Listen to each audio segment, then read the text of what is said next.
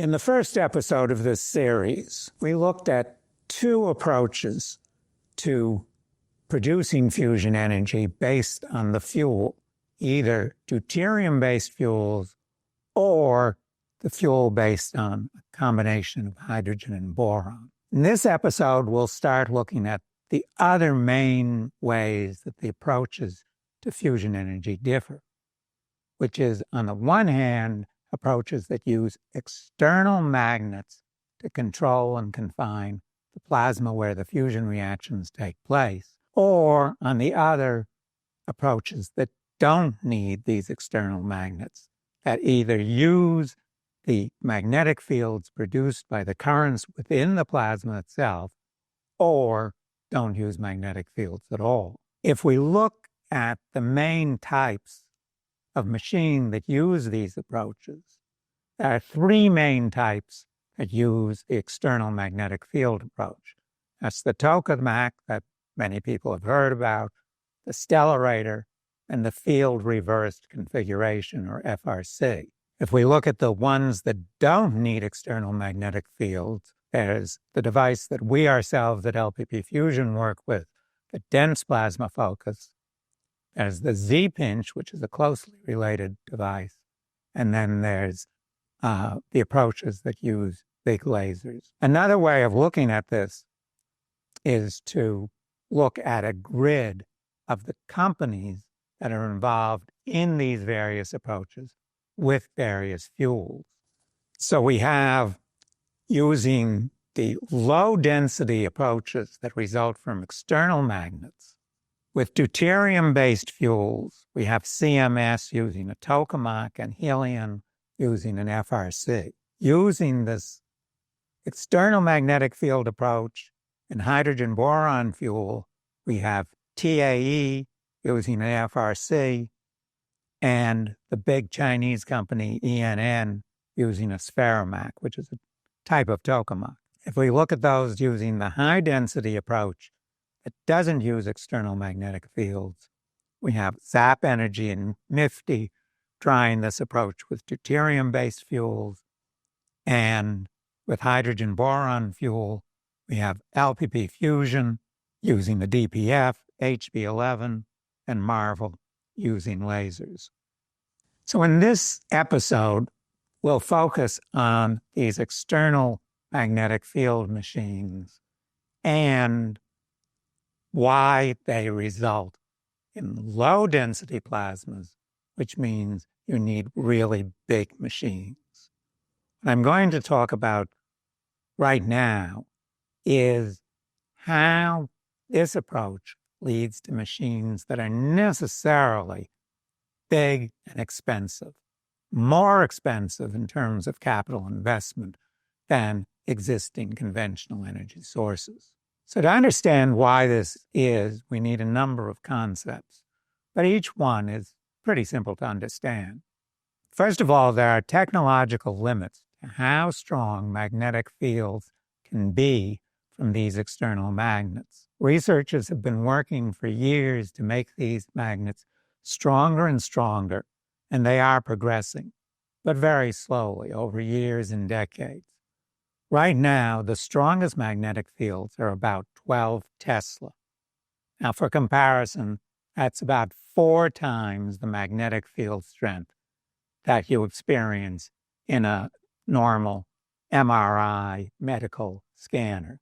Second, the strength of the external magnetic field puts limits on how dense the plasma can be. And you need the external magnetic field to apply pressure on the plasma to keep it away from the walls of the device. If this extremely hot plasma hits the walls of the device, it will damage or destroy them, and the plasma itself will be cooled way below fusion temperatures and will be contaminated with particles that come off of the walls. So this is what we call confinement in an external magnetic field device. It's just keeping the plasma away from the walls. So the plasma pressure, like the pressure of any gas, even ordinary non-conductive gases, is proportional to its density and to to the temperature. So if we look at deuterium-tritium, we need a temperature of about 400 million degrees. It's about 40 times the temperature at the center of the sun to burn this fuel. So that means that with the limits set by these external magnetic fields, we can only have a plasma density that's about 1/1,000,000th that of air or 1/1000,000th that of water. With PB11 fuel, we have to burn that at an even higher temperature, around 6 billion degrees centigrade. And that means that we need even lower densities, about 1/10,000,000th the density of air or 1/10,000,000,000th the density of water. Now, third, the lower the density of plasma, the longer a nuclei has to travel and the greater distance it has to travel before it undergoes a fusion reaction. Now, that should be pretty obvious. If you've got more nuclei to hit, closer packed together, it's going to take you a shorter travel time to hit one. And conversely, if they're more spread out, it's going to take you a longer travel time and a longer distance before you undergo the fusion reaction that you're destined to undergo to produce fusion energy. With deuterium-tritium, at these low densities, these type of machines, a tritium nucleus has to travel about 10,000 kilometers before it undergoes a fusion reaction. For PB11, the distance is about 800,000 kilometers. That's more than 3 times the distance to the moon.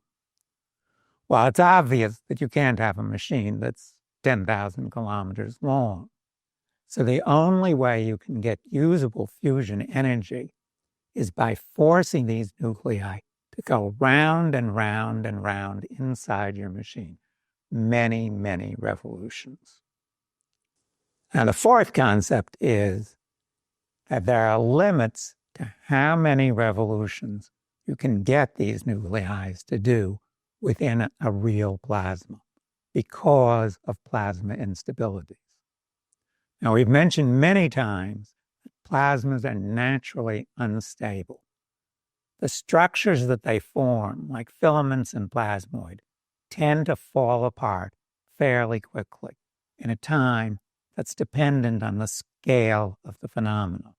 The bigger the phenomena, the longer the time they stay together. Now, regardless of the scale, a really good measure of plasma instability is how many times nuclei in these plasmas can go round and round inside the plasmas, which are generally spinning, before the plasma falls apart.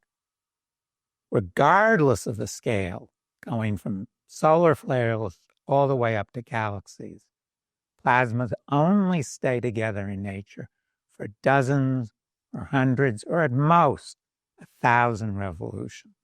So these are transient phenomena in terms of their own time scale. If you take a revolution as one clock unit, these phenomena don't last very long in terms of number of revolutions. Now, here on Earth, after decades of research and effort, researchers at both the East Tokamak in China and the West Tokamak in France have developed active feedback methods in which the external magnetic fields change in response to what the plasma is doing. So they've been able to stabilize these plasmas for as many as 300,000 revolutions.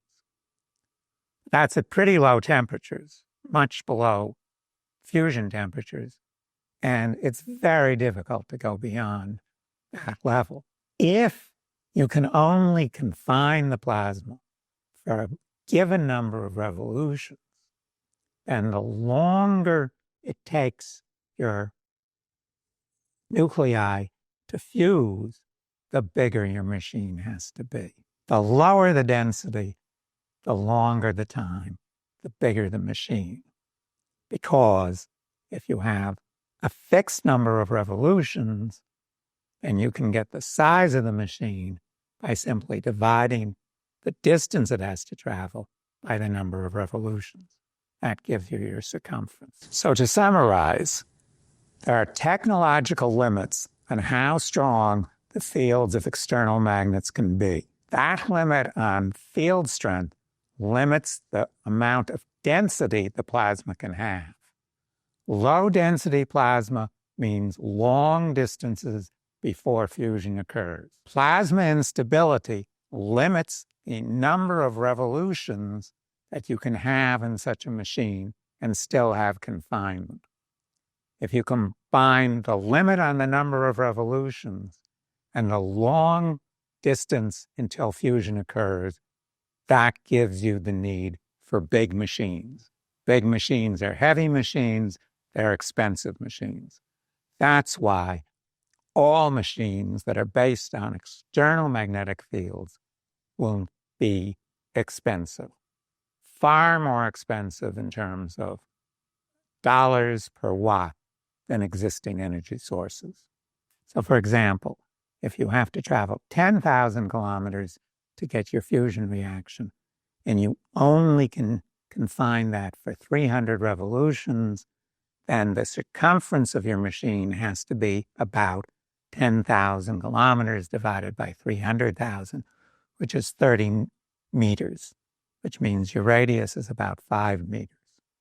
And if you look at the actual plans of people who are building or attempting to build tokamaks that will get to net energy, they're about this size. So the best machine that's being built in China has a radius of about 3.6 meters. The ARC machine that's being built by Commonwealth Systems in Massachusetts, that has a radius of about 3.3 meters. So these are very large machines, very heavy machines. ARC estimates that their machine would be about 40 tons per megawatt. Now, in the last episode, we described how a turbine is about 7 tons per megawatt. Well, these are even bigger machines for the same power output, and they're very expensive machines. So again, ARC estimates that their machine would be about $30 of investment for every watt of output. That's far, far higher than the best that existing conventional energy sources can do, which is about $1 of investment per watt of output. Now, for DT machines, this big, heavy machines, big, expensive machines are on top of all the difficulties that I described with the deuterium-tritium fuel. PB11 machines using this approach avoid those DT problems, but they have even bigger problems with the size of the machine. If you have the same size machine burning PB11, you need almost absolute stability for the plasma. You need to keep the ions going round and round for about 65 million revolutions. That's way beyond what anyone has achieved, and it's very questionable whether that's really possible with an actual plasma. Alternatively, those companies could concentrate on making external magnets which are much more powerful, about 10 or 20 times more powerful than anything that exists today. That's possible, but it's certainly going to take years of research and billions of dollars before they can produce those magnets. And they would need those magnets to even design a plant that would reach net energy, let alone be a commercial power plant. So the takeaway from all this is that it's pretty much impossible for the external magnet approach to produce a fusion energy generator that has as little cost per unit output as existing energy sources. They'll be more capital intensive. Now, it doesn't mean that maybe they could produce energy almost as cheaply as existing energy sources, because, of course, the fuel will cost almost nothing. But it does mean that we could not save money and do a transition to fusion energy being produced by these external magnetic field devices.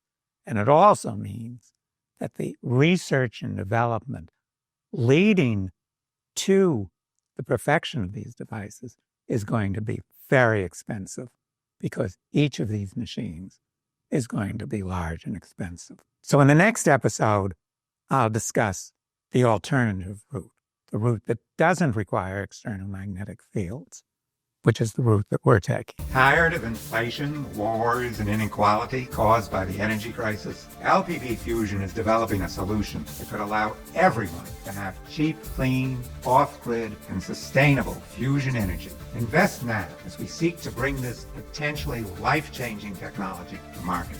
For more information, visit wefunder.com/LPPFusion.